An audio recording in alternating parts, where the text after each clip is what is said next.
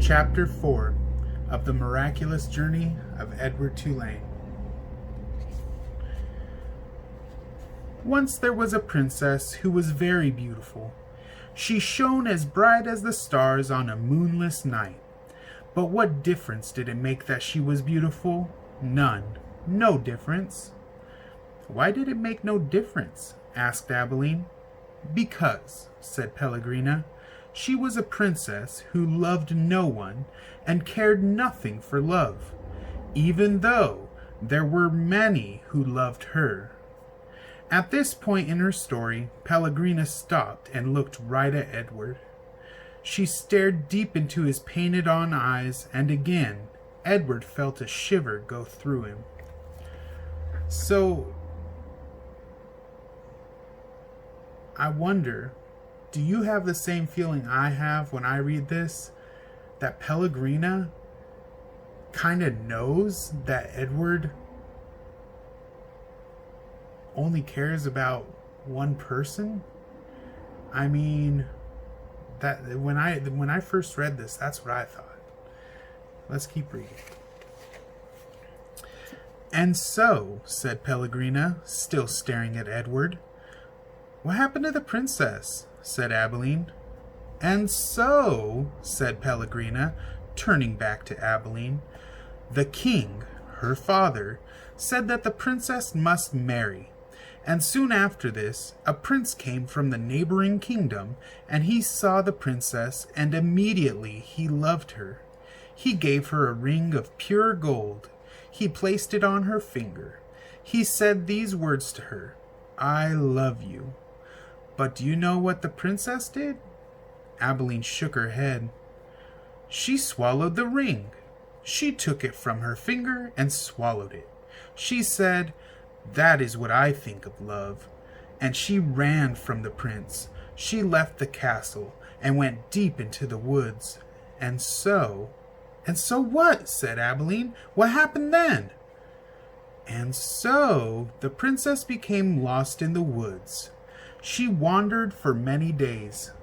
Finally, she came to a little hut, and she knocked on the door. She said, let me in, I am cold. There was no answer. She knocked again. She said, let me in, I'm hungry. A terrible voice answered her. The voice said, enter if you must. The beautiful princess entered, and she saw a witch sitting at a table counting pieces of gold. 3,622, said the witch.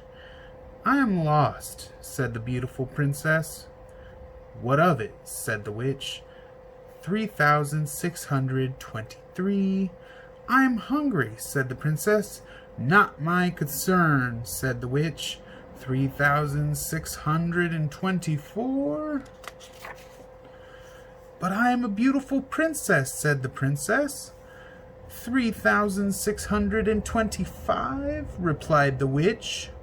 My father, said the princess, is a powerful king.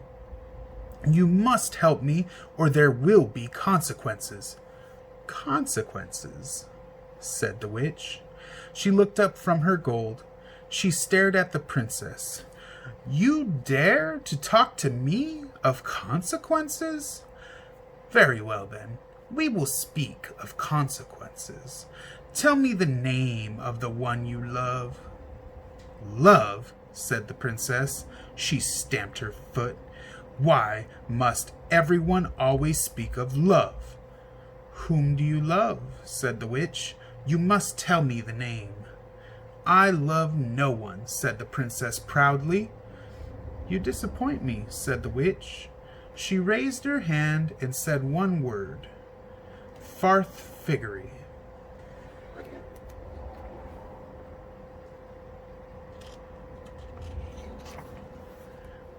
And the beautiful princess was changed into a warthog. What have you done to me? Squealed the princess.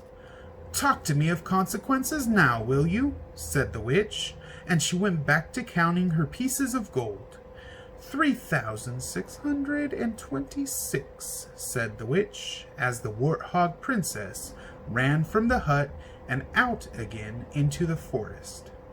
The king's men were in the forest too, and what were they looking for?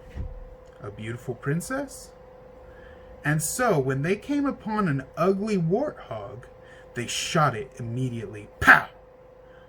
No, said Abilene. Yes, said Pellegrina.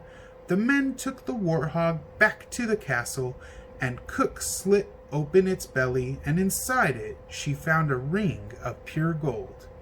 There were many hungry people in the castle that night, and all of them were waiting to be fed. So the cook put the ring on her finger and finished butchering the warthog. And the ring that the beautiful princess had swallowed shone on the cook's hand as she did her work. The end.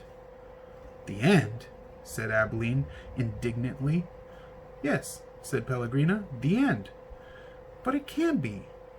Why can't it be? Because it came too quickly. Because no one is living happily ever after, that's why. Ah, and so, Pellegrina nodded. She was quiet for a moment. But answer me this. How can a story end happily if there is no love? But, well, it is late, and you must go to sleep. Pellegrina took Edward from Abilene. She put him in his bed and pulled the sheet up to his whiskers. She leaned close to him, and she whispered, "You disappoint me." After the old lady left, Edward lay in his small bed and stared up at the ceiling. The story, he thought, had been pointless. But then, most stories were. He thought of the princess and how she had become a warthog. How gruesome! How grotesque! What a terrible fate! "Edward," said Abilene, "I love you. I don't care how old I get. I will always love you." Yes, yes, thought Edward. He continued to stare up at the ceiling. He was agitated for some reason that he could not name.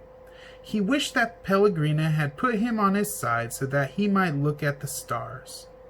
And then he remembered Pellegrina's description of the beautiful princess. She shone as bright as the stars on a moonless night. For some reason, Edward found comfort in those words, and he repeated them to himself. As bright as the stars on a moonless night. As bright as the stars on a moonless night. Over and over until, at last, the first light of dawn appeared.